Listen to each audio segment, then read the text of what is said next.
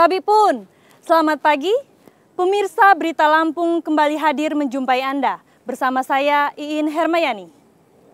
Sejumlah berita aktual dan beberapa informasi menarik lainnya telah kami siapkan untuk Anda. Berikut berita utama hari ini.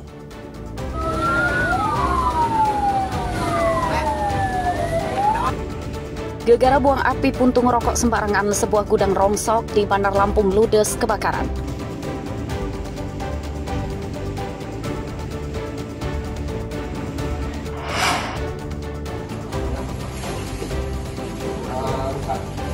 Penyelundupan narkoba kepada seorang narapidana di Lapas Kota Bumi Lampung Utara digagalkan. Narkoba disembunyikan di dalam gagang teko listrik.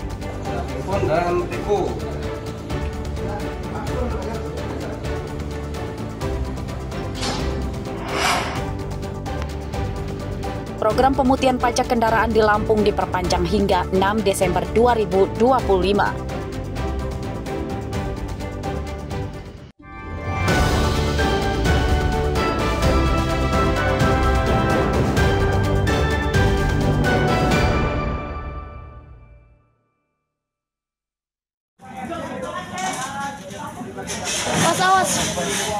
Sebuah rumah yang dijadikan gudang barang rongsok di Teluk Betung Utara, Bandar Lampung, Minggu malam kebakaran.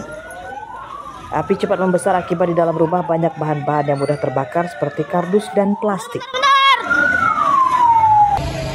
Bangunan yang terbakar berada di tengah permukiman. Kebakaran sempat menyebabkan warga panik karena khawatir api menjalar ke rumah tetangganya. Menurut petugas, kebakaran disebabkan oleh api puntung rokok yang dibuang sembarangan di dalam gudang. Selain meludeskan bangunan dan barang rongsok, satu sepeda motor milik pegawai gudang turut ludes terbakar. Itu kita menerima laporan satu buah rumah ya. Setelah kita identifikasi, rumah tersebut rumah kosong, di mana rumah tersebut dipakai untuk aktivitas rongsok ya, memisahkan sampah-sampah, dan akhirnya itu terbakar. Dugaan sementara itu karena ada puntung rokok ya.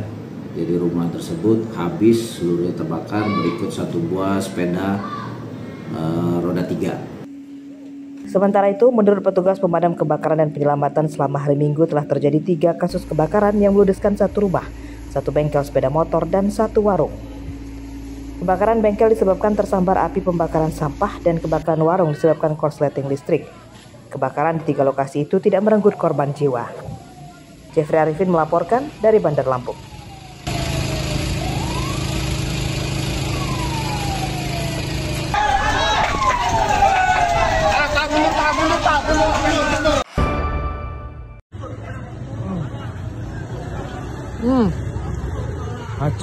Dua warga Ogan Kamaring Ilir, Sumatera Selatan babak belur dihakimi massa saat terpergok mencuri sepeda motor milik pegawai toko di Pasar Simpang Pematang, Kabupaten Mesuji.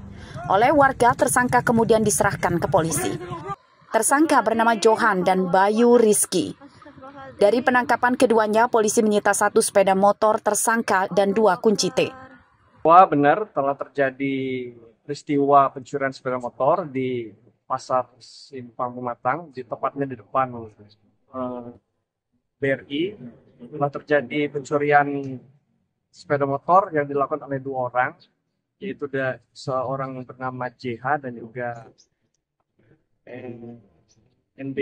Ini NB yang kemudian melakukan pencurian sepeda motor di depan itu, kemudian diketahui warga dan langsung diamankan oleh warga, dan juga mendapat informasi anggota Polsek dan juga TKP 08 langsung menuju ke sana untuk mengamankan 2 pelaku, dan kemudian pelaku dan tersangka dibawa ke Polsek Pematang untuk penyidikan lebih lanjut. Modus operandinya seperti apa sih, Komandan? Modus operandinya mereka melakukan pengerusakan terhadap kunci kendaraan menggunakan kunci letter D dan akan membawa kabur kendaraan tersebut.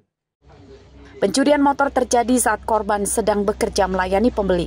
Tersangka mencuri motor yang diparkir di samping toko. Pencurian itu terpergok oleh tetangga toko korban yang kemudian meneriaki keduanya pelaku maling. Itu pelakunya berapa orang, Mbak? Mbak sih kalau Udah ketangkap semua ya? Tadi tahunya gimana, Mbak? Maunya motornya? ada tetangga depan yang ini liar.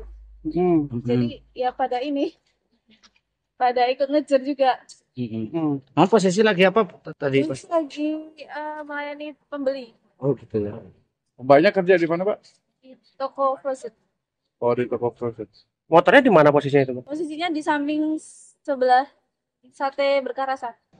Dalam penyidikan, polisi mengungkap kedua tersangka residivis kasus pencurian motor di Sumatera Selatan yang belum lama bebas dari penjara. Akibat perbuatannya, kedua tersangka harus kembali menjalani sebagian masa hidupnya di dalam penjara. Ancaman hukuman 7 tahun penjara kini telah menantinya di depan mata. Mustaqim melaporkan dari Mesuji.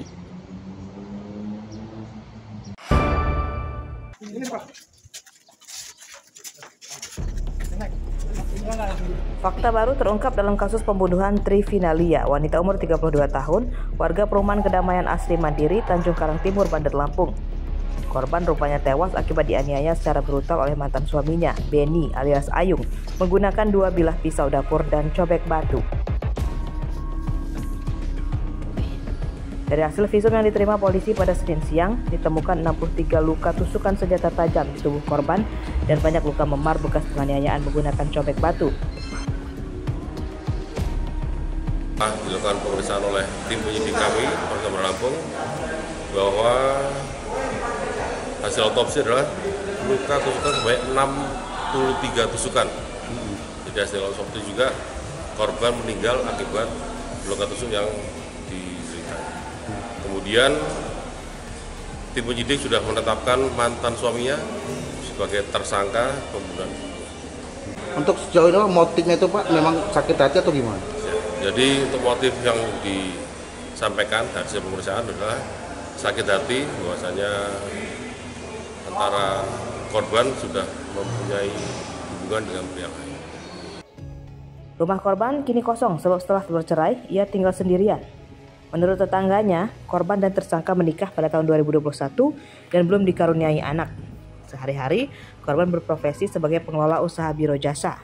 Jenazah korban disemayamkan dan dikremasi oleh pihak keluarganya di Bodhisattva, Teluk Pandan, Kabupaten Pesawaran. Udah tersangka dianya ya, nyangka bener-bener tersangka ya. Ya sekitar itulah habis cerai 6 bulan itulah udah pindah dia ke rumah orang tuanya kali. Kalau karakter terduga pelaku sendiri, tersangka suaminya itu gimana? Biasa, baik biasa, orang biasa nggak sangka aja kayak gitu. Dengan tetangga gimana? Baik, semuanya baik, akrab, ngobrol. Nah, kalau yang kita tahu pada subuh itu sendiri, ini kan kita tetangga sampai ke rumahnya, apa yang kita dengar itu? Ya itu minta tolong itu, tolong gitu. Yang jerit itu siapa? Istrinya. Istrinya. Oh, lama suara jeritan yang kita dengar? Adalah sekitar 20 menit aku dengar. Oh. Cuma nggak berani keluar lah kan, aku juga sendiri hidup sini. Pembunuhan terjadi pada Sabtu pagi. Mayat korban ditemukan di kamarnya dan tersangka ditangkap polisi saat bersembunyi di bawah ranjang kamar korban. Saat itu, tersangka belum sempat kabur usai membunuh mantan istrinya karena rumahnya telah dikepung warga yang mendengar jeritan korban. Saat ini tersangka telah ditahan di rumah tahanan Mapolresta Bandar Lampung. Pada kasus tersebut, tersangka dijerat pasal tentang pembunuhan berencana dengan ancaman hukuman mati. Nabila Stom melaporkan dari Bandar Lampung.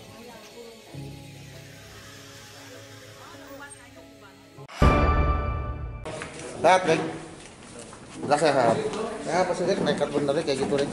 Pria yang berupaya memperkosa seorang perempuan yang sedang sholat di masjid di Kelurahan Garuntang, Teluk Betung Selatan berinisial TH, Senin siang ditahan di rumah tahanan Polresta Bandar Lampung. Dari hasil penyidikan, polisi mengungkap kejiwaan tersangka sehat. Menurut polisi, kejadian bermula saat tersangka sedang sendirian di masjid. Saat itu, ia melihat korban masuk masjid sendirian untuk menunaikan ibadah sholat zuhur. Saat korban sedang sholat, tersangka membekap dari belakang dan berusaha memperkosa korban. Pemerkosaan gagal terjadi setelah korban menjerit meminta pertolongan warga dan tersangka akhirnya berhasil ditangkap warga. Awas mukanya. Dalam penyidikan, polisi mengungkap korban tidak mengenal tersangka. Upaya pemerkosaan itu dilakukan tersangka akibat terpengaruh keseringan menonton film porno. Selama ini dia suka sama korban, namun tidak tersampaikan. Ya, alasan tersangka dia takut ketemu orang tua, jadi hanya melampiaskan melalui apa ya, terbaru tadi ada video porno di HP-nya.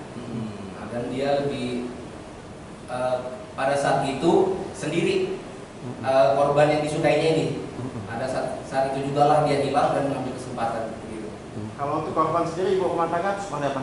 Korban itu dia masih lajang ya, belum menikah dan dia kerja buruh lepas itu aja, menjaga konter. Kondisi korban sekarang seperti apa ini?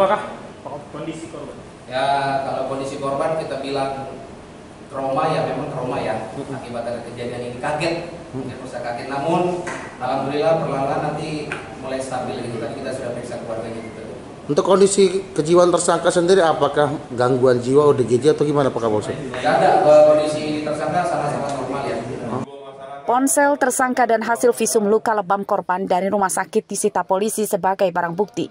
Polisi menjerat tersangka dengan pasal tentang pencabulan, ancaman hukumannya 9 tahun penjara. Robi Laste melaporkan dari Bandar Lampung.